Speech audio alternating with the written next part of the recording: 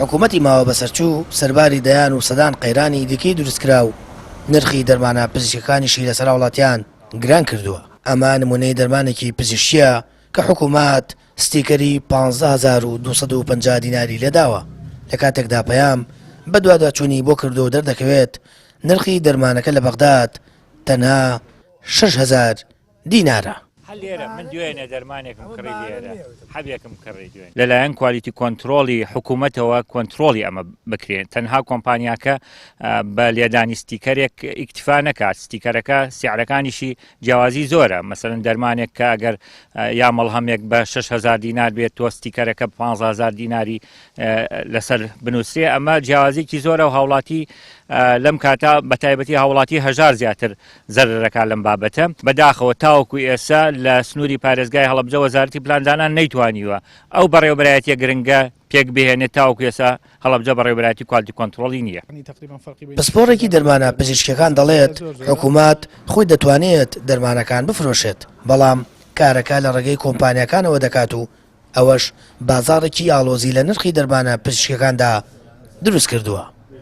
عنی وای لێ هاتووە ئەو دەرمانە ئەگەر سعری خۆی نیوە قیمەت بێت ئێستا بووە سێقات ئەوە کۆمپانیەکان ئەویان ئەستێغلال کردووە بۆی کە سعرێکیان لێداوە ئەگەر یعنی خەریکە وای لێ هاتووە کە زۆر بە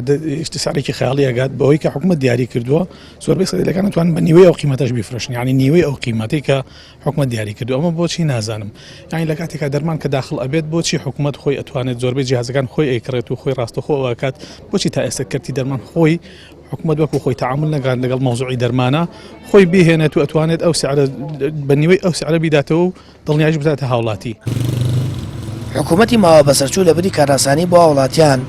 نرخی دەرمان و چارەسەری پزیشکی لەسەریان گران کردووە بە شێوەیەک لە چەندین ڕێگای دیکەوە دەیان قەیرانی دارایی بەرۆکی وڵاتیانی گرتووە و زیاتر لە 70 ڕۆژیشە موچەخۆران موچیان پێ نەدراوە. هاوڵاتیانیش دەڵێن حکوومەتی ماوە بەسەرچووە و شێوەی سێکتەرەکانی دیکە چاودێر نییە لەسەر نرخی دەرمانەکان و هەر کۆمپانیایەکیش بۆ خۆی نرخێکی جیاواز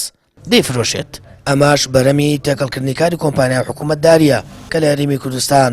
ساڵانێکە کاری لەسەر کراوە. سامان فتاح کەناڵی ئاسمانی پەیام هەڵەبجە.